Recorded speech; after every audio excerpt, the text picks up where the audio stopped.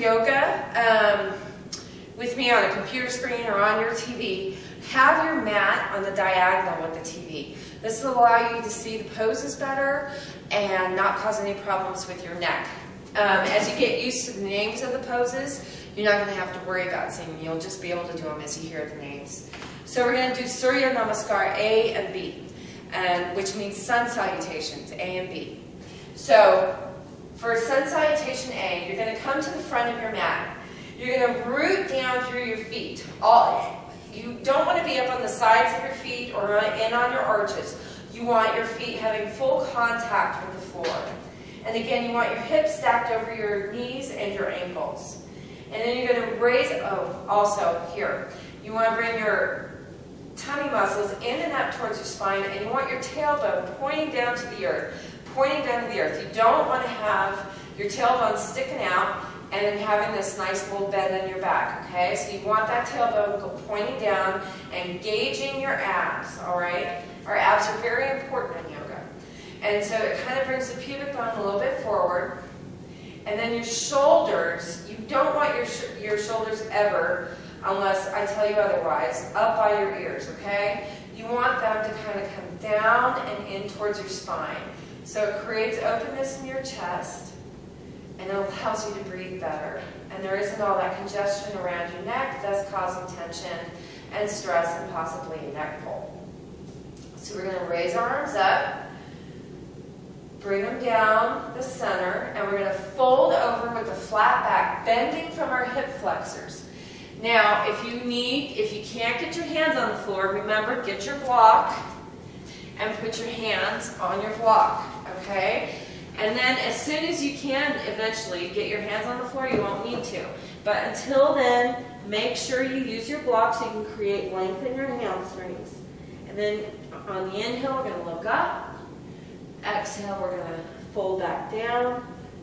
And then we're going to step back into plank position. Okay, so my hands are directly underneath my shoulders. My tailbone's tucked in towards my knees. And I've got a nice flat back. My tush isn't up in the air and I'm not sinking. Now, if you can't do this without your tush being in the air or sinking, then you're going to come down to your knees, okay? And again, the same rules apply. Hands are underneath my shoulders, and I have my tailbone tucked in towards my knees. So I have a nice flat back, like a plank. And then we're going to go into chaturanga from here. So chaturanga is you bend your elbows, and you come down. You want them to be by your rib cage. And then you're going to roll up into upward dog. Now an upward dog it's a little bit more of an advanced back bend. So if you have a hard time doing this, and if you look, see my hands are directly underneath my shoulders, I'm looking up at an angle, and my legs are up off the floor. My feet are the only thing making contact. Now, if that is too difficult of a back bend, I'm going to give you a couple other variations. You can chaturanga down to the floor, and then you can come into Sphinx pose. And Sphinx is a very nice pose. And your elbows are directly underneath your shoulders, and your hands are pointing straight forward. And I'm pushing my pelvis down into the floor, which helps create the lift in my spine. And then again, my shoulders are going down my spine. And my feet are also pushing into the floor and pointing straight at the back of my mat. Okay? And you can always do a little neck roll here. And then another pose is, you kind of put your hands just a little bit behind your armpits, and you come up on your fingers, and we're going to go into low bhujangasana. You just rise up by pushing that pelvis down the floor. My shoulders again are going down my spine, and I rise up a little bit. My elbows stay bent. That's low bhujangasana, or low cobra pose. And then high cobra is you go further up, again pushing the pelvis down, keeping the elbows bent, looking up at a nice diagonal, and holding. Or you can go back into downward dog. But in downward dog, our hands are flat on the floor, and then we rise up. Okay? And then we're going to come back into downward dog. And remember, in our positioning, our feet are hips distance apart, our arms are shoulders distance apart, our hands are reaching out in front of us, our feet and hands are reaching down in the mat. If you cannot get your feet down in the mat, don't worry about it. You can bend your knees or you can still come up on your toes, and you can always bicycle pedal it here until you get the length in your hamstrings. And my ears are lined up with my upper arms, and I actually here bring my shoulder blades away from my spine and out towards my ribs. Okay? And then I'm going to walk my feet up towards my hands. And then again, if you need your block here for Uttanasana, you do this. Otherwise, you can put your hands down. Inhale up halfway, look up halfway. Exhale back down. And inhale up. You can do a little back bend at the top if you want to. And bring your hands down Anjali Mudra. And take a breath. Okay, now we're going to go through this 2 more times. And we're going to just kind of move through it this time. Inhale, hands up. Fold down, bending at the hip flexor, bringing your hands down to the mat or onto your block. Inhale up. Exhale, fold. And then inhale, step back into plank. Exhale, chaturanga, doing your version of plank or chaturanga, and then come up into upward dog or your version of back bend, sphinx or version of bhujangasana, then come up into downward dog. Take a breath here, making sure your alignment is good, and then walk your feet up. Inhale up, exhale, fold. Then inhale up with a straight back, doing a little back bend at the top, bringing your hands down to Anjali Mudra. Take a breath. Inhale your hands up, a little back bend, fold with a straight back from your hip flexors. Again, hands on the block. Inhale up, exhale, fold. If you can't get your hands to the mat, step back in your version of plank, chaturanga, upward dog, or your version of a back bend. Come back to downward dog, and then walk your feet up, fold, inhale up, exhale, fold, then inhale up with a straight back, a little back bend at the top, and come back down.